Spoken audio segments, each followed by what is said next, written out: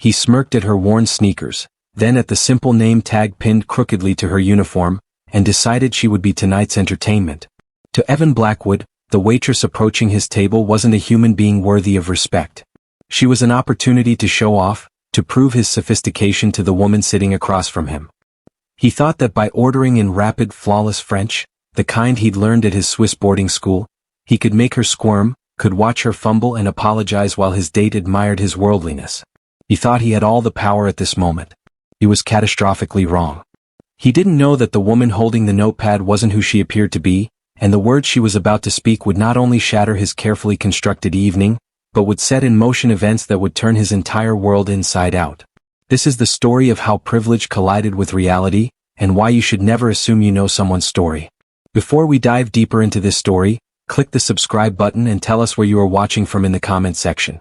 If this story moves you, share it with someone who loves a good tale. Remember to subscribe and hit the notification bell so you never miss another story. The dining room at La Belle Époque smelled of reduction sauces, imported roses and inherited wealth. The restaurant occupied the ground floor of a converted brownstone in the heart of Boston's Beacon Hill, where every table cost more to reserve than most people made in a week. For Janne Porter, however, the space mostly smelled of desperation masked by industrial-strength air freshener. Janne adjusted the collar of her white button-down shirt, which was starting to fray at the edges despite her careful ironing. It was 8:15 on a Saturday evening.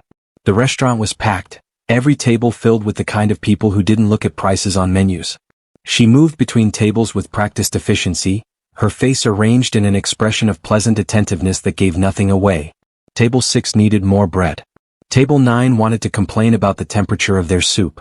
Table 12 was celebrating something, an anniversary maybe or a promotion, and the man kept trying to order champagne that wasn't on the menu. Janne, the floor captain, called out, his voice sharp. VIP at table 3. Don't screw this up. Marcus was a man who believed that pressure created excellence. He stood near the host's stand now, smoothing his already immaculate tie, his eyes scanning the room for imperfections. On it, Janne said quietly. She grabbed a leather-bound menu from the station, ignoring the familiar ache in her lower back. She'd been on her feet for 7 hours straight. Her shoes, cheap non-slip sneakers she'd bought from a discount store in Dorchester, were holding together with hope and duct tape hidden beneath the laces. Janne Porter was 28 years old. To the patrons of La Belle Époque, she was functionally invisible until they needed something. She was the hand that poured the wine, the voice that recited the specials with the proper French pronunciation, the convenient target for frustrations about food that took too long or wasn't quite right. They didn't notice the way she moved with uncommon grace or how her eyes, a striking gray-green, held a sharpness that suggested she saw far more than they realized. They certainly didn't know that 4 years ago, Janne had been living a completely different life. A life she'd walked away from. A life she'd had to leave behind when her cover was blown and her handler told her she had 24 hours to disappear or end up dead in a shipping container at the bottom of Boston Harbor. But that was ancient history now, buried under layers of carefully constructed normalcy. She was just a waitress. Nothing more. Marcus gestured sharply toward table 3. Janne turned to look. The host, a nervous young woman named Bethany, was seating a couple with exaggerated deference. The man entered first, which told Janne everything about the dynamic. He was probably 25, maybe younger, dressed in a tailored charcoal suit that fit him perfectly because it had been made for him. His hair was artfully tousled in that way that required both expensive products and calculated carelessness. He had the kind of face that magazines called handsome, sharp jawline, straight nose, eyes that were currently surveying the room not to appreciate it, but to see who was noticing him. This was Evan Blackwood. Janne didn't recognize the name yet, but she recognized the type. New England aristocracy, probably 3rd or 4th generation wealth, the kind who'd never worked a real job but believed they'd earned everything they had. He walked with the particular swagger of someone who'd never been told no in any meaningful way. Behind him came a woman who looked like she desperately wished she were anywhere else. She was beautiful in a careful magazine-ready way, perfectly highlighted hair, designer dress that probably cost more than Janne's monthly rent, but her shoulders were drawn up slightly, her smile forced. She looked trapped. "Right this way, Mr. Blackwood," Bethany said, her voice trembling slightly with the effort of sounding confident. Evan didn't acknowledge her. He walked directly to table 3, the best table in the house, positioned near the window with a view of the gaslit street outside. He sat down, immediately pulling out his phone, already distracted. The woman, her name was Claire, though Janne didn't know that yet, sat down carefully, arranging her napkin in her lap with practiced precision. She glanced around the room like someone looking for an escape route. Janne took a breath. Just get through the shift, she told herself. Tips tonight could cover the payment to her landlord that was already a week late. She couldn't afford to mess this up. She approached the table, her expression schooled into professional warmth. Good evening, she said, her voice pleasant and measured. Welcome to La Belle Époque. My name is Janne, and I'll be taking care of you this evening. Evan didn't look up from his phone. Still water, he said to his screen. Bring the wine list. The reserve list, not whatever trash you push on tourists. Of course, sir, Janne replied smoothly. She turned to Claire. And for you, miss? Claire offered a small, apologetic smile. Just water is fine. Thank you. Evan finally looked up. His gaze traveled from Janne's scuffed shoes up to her face, taking his time, making sure she knew she was being assessed and found wanting. A smirk tugged at the corner of his mouth. Actually, he said, setting his phone down with deliberate slowness. I think I'd like to hear the specials. Janne nodded. Of course. This evening, Chef Laurent has prepared. In French, Evan interrupted. His smirk widened. You do speak French, don't you? This is a French restaurant. Claire shifted uncomfortably in her seat. Evan, maybe we should just... No, Evan said, not looking at Claire. His eyes stayed fixed on Janne. A real French restaurant should have staff who can communicate properly. Don't you think? He leaned back in his chair, clearly settling in to enjoy himself. So go ahead. The specials. En français. Janne felt a familiar coldness settle over her, the same detachment she'd learned years ago when dangerous situations required absolute calm. She recognized what Evan was doing. This wasn't about the food or even about impressing Claire. This was about power. This was about finding someone he perceived as beneath him and proving it publicly. She'd seen it 1,000 times in her old life. Men who needed to hurt someone to feel big. Of course, sir, Janne said, her voice unchanged. Ce soir, le chef a prépare un magret de canard avec une réduction de cerises noires et de pommes dauphines. Pour le poisson, nous avons un bar de ligne pole avec beurre blanc et de légumes de saison. She delivered it with perfect Parisian pronunciation, each syllable clean and precise. Evan's smirk faltered for just a fraction of a second before he recovered. Very good, he said, though his tone had an edge now. But let's be honest, you probably just memorized that phonetically. You don't actually speak the language. Evan, Claire said again quietly. This is embarrassing. Embarrassing? Evan laughed, a harsh sound. What's embarrassing is paying $200 for a meal and being served by someone who probably learned French from Duolingo. He looked back at Janne. Tell me, how long have you been working here? Did they even ask if you spoke French when they hired you, or did they just need bodies to carry plates? Janne stood very still. Every instinct from her old life was screaming at her. She knew exactly how to handle men like Evan. She'd done it before in darker places than this pristine dining room. But that life was over. She was just a waitress now. She needed this job. I'll give you a moment to look over the menu, Janne said, beginning to turn away. Wait, Evan said sharply. Don't walk away when I'm talking to you. Janne stopped. She turned back, her face carefully neutral. Evan was enjoying himself now. He glanced at Claire, making sure she was watching, then switched entirely to French. His accent was excellent, educated, the kind that came from years of private tutors and summer homes in Provence. You know what I think? He said in rapid French. I think you're exactly what's wrong with this city. People pretending to be something they're not. You probably grew up in some nothing town, came to Boston thinking you'd make it, and ended up carrying plates for people who actually matter. And now you can't even understand what I'm saying, can you? You're just standing there with that blank look, hoping I'll switch back to English so you don't have to admit you're completely lost. He paused, clearly expecting her to ask him to repeat it in English, or to simply look confused. He was preparing to laugh, to turn to Claire and say something about incompetence and low standards. Instead, Janne's expression changed. Not dramatically, just a subtle shift like a mask being carefully removed. When she spoke, her voice was different. Still polite, still professional, but underneath it was steel. You're right, monsieur, she said, switching to flawless French. Her accent wasn't just Parisian, it was the specific, refined French of the 7th arrondissement, the kind spoken by diplomats and old aristocracy. I did grow up in a small place. Nowhere you've heard of, I'm sure. But you know what's interesting about small places? They teach you to read people. They teach you survival. Evan's face went rigid. Claire leaned forward slightly, her eyes widening. Janne continued, still in French, her tone conversational but her words precise. You came here tonight to feel important. You chose this restaurant not because you appreciate the food, you probably can't tell the difference between a reduction and a demi-glace, but because the name sounds impressive. You're here to perform. To convince this woman that you're sophisticated and worldly because you spent a few years at a boarding school in Geneva or Lausanne. Geneva, Claire whispered in English, almost involuntarily. Janne's eyes flicked to her for just a moment, acknowledging the confirmation, then returned to Evan. The problem with your performance, she continued in French, is that people who actually speak a language don't weaponize it. They don't use it to humiliate service workers. That's not sophistication. That's insecurity dressed up in expensive clothes. The nearby tables had gone quiet. People were watching now, sensing something happening but not quite able to follow the rapid French. Evan's face had gone from smug to red. Who the hell do you think you are? He snapped, still in French but his voice rising. You're a waitress. And you, Janne interrupted smoothly, still calm, are someone who believes money equals worth. But here's what you don't understand. I've met men like you before. Many times. In fact, she paused, switching back to English now, her voice dropping slightly. I used to work for someone who could buy and sell your entire family with what he kept in his car. And you know what I learned? The truly powerful people don't need to prove it by humiliating waitresses.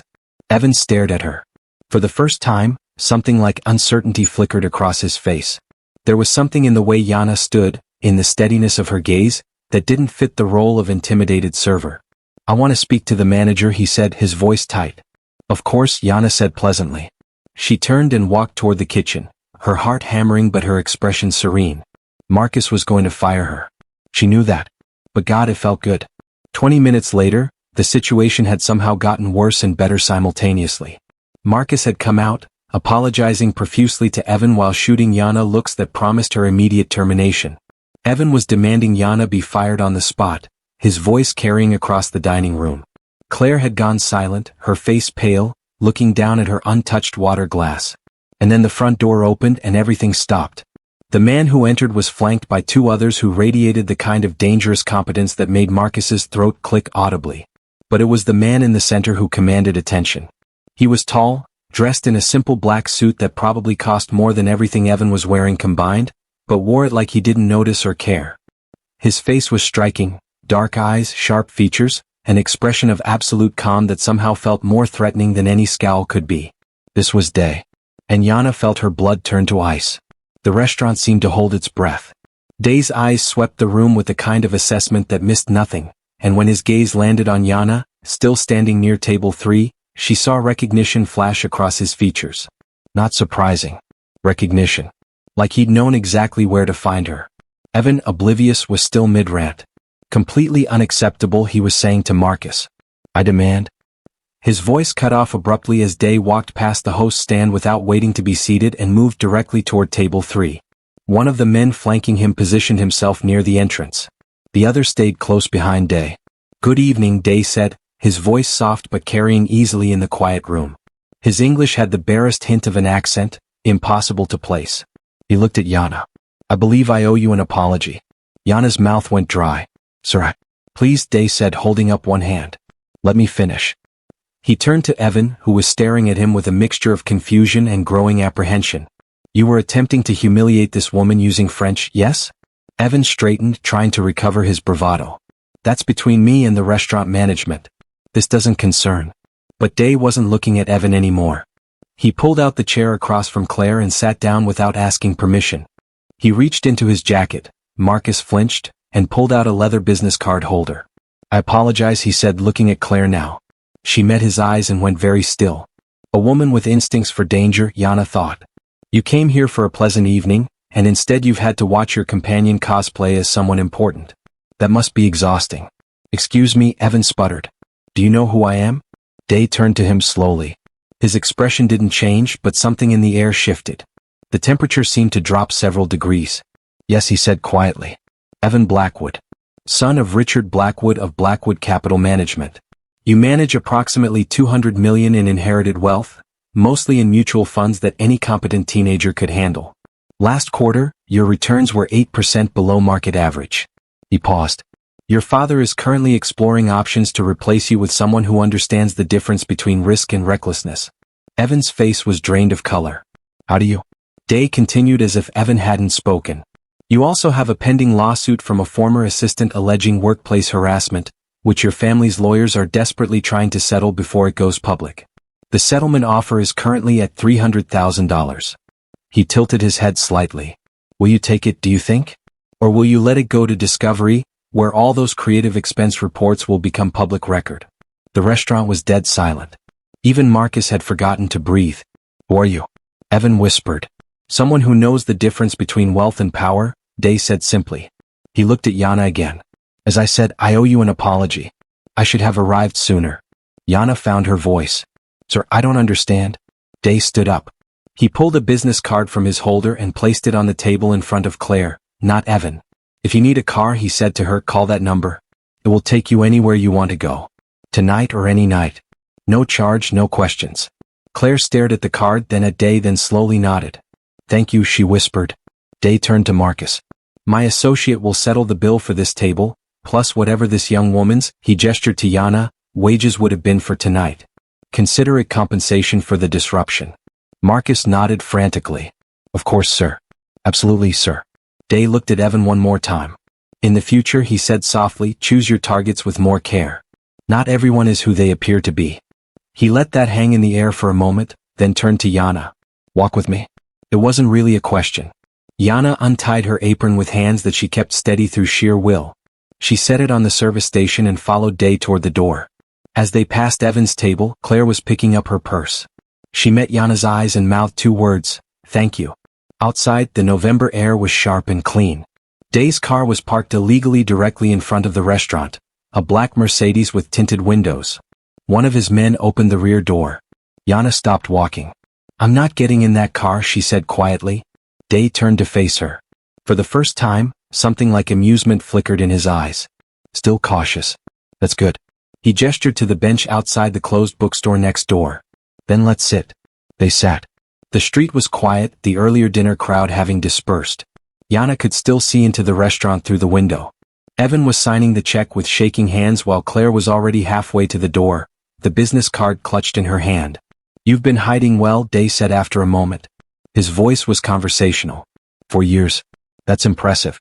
My people only located you 2 weeks ago. Janne stared straight ahead. What do you want? Day was quiet for a moment. Then, you left because you thought you were compromised. Your handler told you that Mcsame Volkov had your name and your picture, and that you had 24 hours before he sent people. Janne's jaw tightened. That's right. Your handler lied, Day said simply. Volkov never had your information. Your handler fed you that story because someone higher up decided your investigation was getting too close to people they wanted protected. They burned you to kill your investigation. Janne turned to look at him. Why are you telling me this? Because you were good at your job, Day said. Very good. Too good. You were 3 weeks away from mapping the entire network that was running weapons through the port. You had names, routes, everything. He paused. Some of those names were people who were supposed to be untouchable. So they cut you loose. And you know how? Janne asked, though her mind was already racing through implications. Day smiled slightly. Because I bought your handler 6 months ago. He works for me now. He told me everything. Janne felt sick. So you're what?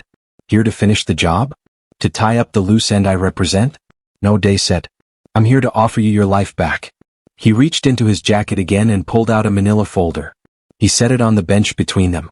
Inside that folder are bank statements, wire transfers, emails, everything you would need to finish what you started 4 years ago. Everything you'd need to bring down the network you were investigating. He paused. Plus the evidence that your handler was the one who fed Volkov information about other agents. Real agents who actually got killed because of him. What? Janne asked. What's in this for you? Day looked out at the street. That network you were investigating? They've expanded. They're moving things through my territory now without permission, without paying the proper respect. He turned back to her. I want them gone. You want justice for being thrown away. Our interests align. Janne stared at the folder. This is insane. I'm a waitress. I've been out of the game for 4 years. I can't. You took down an armed smuggling operation in Providence with a broken bottle and a car battery, Day said calmly. You infiltrated the Korzov family by convincing them you were a Russian Mafia princess in hiding. You speak 6 languages and have a memory for faces that borders on photography. He gestured toward the restaurant. Tonight you faced down a spoiled rich boy. Do you really think you've lost that edge? That was different, Janne said. That was just some kid. That kid was connected to 3 of the names in this folder, Day interrupted. His father's company provides the legitimate business front for laundering the weapon sale profits. Why do you think I came here tonight? He smiled. I was already planning to have a conversation with young Evan about his family's business associates. When my people told me you were working here, I simply moved up my timeline. Janne felt like the ground was shifting under her. You're saying this was a test? Day stood up. No, this was confirmation. The woman I read about in those old files, the investigator who was supposed to be dead in a shipping container but instead vanished completely, I needed to see if she was still in there, under the cheap shoes and the waitress uniform. He looked down at her. She is. Janne picked up the folder slowly. What happens if I say no? Then you go back to carrying plates and pretending you're nobody, Day said simply. And in about 6 months, the network expands its operations, more people die, and your handler continues to collect payment for selling out agents while attending their memorials. He started walking toward his car, then paused. Oh, and Evan Blackwood will continue to humiliate service workers at expensive restaurants, secure in the knowledge that his money shields him from all consequences. That's not fair, Janne called after him. Day looked back. No, he agreed. But it's true. He opened the car door, then stopped. One more thing. Inside that folder, there's also documentation of a bank account in your name. Your handler was paid handsomely to burn you. I recovered the money. Call it back wages for an exemplary agent who was thrown away. How much? Janne asked. Enough to never have to worry about rent again, Day said. Enough to fund an investigation if you choose to pursue one. Enough to buy out the shares of a French restaurant if you decided you actually wanted to run one, though that would be a waste of your talents. He got into the car. You have my number. It's on the inside cover of that folder. Call me when you've decided what kind of person you want to be. The car pulled away smoothly, leaving Janne sitting alone on the bench, holding a folder that felt like it contained both a life sentence and a pardon. She opened it. The first document was a bank statement. She had to read the number 3 times before her brain accepted it as real. $2,300,000. Underneath was a photograph. Her handler, the man who'd told her to run, standing next to a man she'd been investigating 4 years ago. They were laughing. Time-stamped 2 days before her world had ended. Janne closed the folder. Inside the restaurant, through the window, she could see the evening service continuing. Marcus was seating a new couple at table 3. A different waitress was reciting the specials, her face arranged in pleasant servitude. The machine kept turning. Janne looked down at her scuffed shoes. Then in the folder. Then back at the restaurant. She pulled out her phone and dialed the number on the inside cover of the folder. Day answered on the first ring. That was fast. I have conditions, Janne said. I'd expect nothing less. The handler. When this is over, he faces justice. Real justice, not your kind of justice. Agreed, Day said. What else? That girl Claire. You make sure she's actually safe. Not just tonight. If Evan retaliates, she'll be protected, Day said. Already arranged. Anything else? Yes, Janne said. She looked back at the restaurant one more time. When we bring down this network, the families of the agents who died because of my handler, they get to know the truth. They get to know their people didn't just screw up. They were sold out. There was a pause. That could be complicated. That's my price, Janne said. Another pause. Then, understood. When can you start? Janne stood up, the folder tucked under her arm. Give me 48 hours to get my affairs in order. She hesitated, then added, and Day? If you're playing me. I'm not interested in games, Janne, Day interrupted, his voice serious. I'm interested in the results. You deliver them, we work together. You don't, we part ways professionally. No threats, no drama. I have enough complications without creating unnecessary enemies. Why do I feel like there's more you're not telling me? Janne asked. Because there is, Day said honestly. There always is. But the core truth is simple. I need someone who can navigate both worlds, legitimate investigation and the less legitimate spaces where these people operate. You're uniquely qualified. Plus, he added, and she could hear the slight smile in his voice, you have excellent taste in reductions. Janne blinked. You speak French. Of course, Day said. I speak 7 languages. It's useful in my line of work. Your pronunciation was exceptional, by the way. The kid never had a chance. He hung up. Janne stood on the cold sidewalk looking at her phone. Then she started laughing. It started as a chuckle, then built until she was genuinely laughing, the kind that hurt her ribs and brought tears to her eyes. A passing couple gave her a wide berth. She walked back into La Belle Époque. Marcus looked up from the host's stand, his expression wary. Janne, I quit, Janne said simply. She pulled her name tag off and set it on the stand. Effective immediately. Marcus blinked. But your shift is over, Janne said. She reached into her pocket and pulled out a $20 bill, the last of her tip money from earlier in the evening. She handed it to Bethany, the host. This is for you. Buy better shoes. The ones you're wearing are going to destroy your feet. She walked out before anyone could respond, pushing through the heavy oak door into the November night. The air smelled like coming snow and possibility. 4 years. 4 years of hiding, of pretending to be small, of carrying plates for people who didn't see her. 4 years of believing that her life was over, that she'd lost everything. But maybe, Janne thought as she headed toward the train station, maybe she'd actually been waiting. Maybe some part of her had always known that eventually, someone would walk through the door and remind her who she really was. She just hadn't expected it to happen because some rich boy decided to humiliate a waitress in French. 3 months later, Janne sat in an office that didn't officially exist, reviewing surveillance footage with Day and a federal prosecutor who looked like she desperately needed coffee. The wall behind them was covered in photographs, strings connecting names and faces and places, the culmination of months of careful, dangerous work. We have enough, the prosecutor said, looking at the evidence spread across the conference table. This is 23 counts of weapons trafficking, 6 of murder, conspiracy charges that will stick to everyone from the street dealers to the CEOs who signed off on the shipments. She looked at Janne. This is exceptional work. Janne nodded but said nothing. On the wall, one photograph showed her handler being led away in handcuffs. Another showed Evan Blackwood's father testifying before a grand jury, his expensive lawyers flanking him. A third showed a shipping container at the port, empty now, that had once held enough weapons to supply a small war. The families? Janne asked quietly. Notified yesterday, the prosecutor confirmed. Full disclosure, closed hearings, sealed records to protect ongoing investigations. They know their people were heroes who were betrayed. They know the truth. Janne let out a breath she didn't know she'd been holding. Day, who had been silent throughout the meeting, finally spoke. You did well. The prosecutor gathered her files. I'll be in touch about the trial proceedings. You'll need to testify, obviously. I'll be there, Janne said. After the prosecutor left, Janne and Day sat in silence for a moment. Outside the window, the city was waking up, morning light reflecting off the harbor. So what now? Day asked. Back to waitressing? Janne laughed, short and sharp. God, no. She looked at him. You're still running your business. Of course, Day said. Though I'm being more selective about my associates these days. The federal attention has made certain partnerships inadvisable. And you still need someone who can navigate both worlds, Janne said. Someone who understands how investigations work but isn't afraid of the gray areas. Day smiled slightly. Are you offering your services? On a consulting basis, Janne said. I'm not joining your organization. But information sharing, strategic advice, occasional field work if the situation warrants it.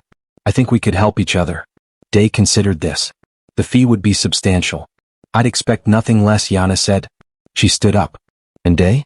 If you ever lie to me, I won't, Day interrupted. You've proven your value. Lies would be counterproductive. He stood as well. Besides, I find honesty more interesting. Janne walked to the door then paused. That night at the restaurant. You said you were planning to talk to Evan anyway. I was, Day confirmed. What did you do to him? Day's expression didn't change. I had a conversation with his father about the company's unfortunate choice of business partners. I suggested that Evan might benefit from a few years working at their branch office in Anchorage, learning the business from the ground up. The father agreed that this showed wisdom. Janne raised an eyebrow. Anchorage? Beautiful country, Day said blandly. Very character building. I hear the winters are enlightening. Janne laughed. She opened the door then looked back. Thank you. For the folder. For the truth. Thank you, Day said, for reminding me that the best weapons aren't always the obvious ones.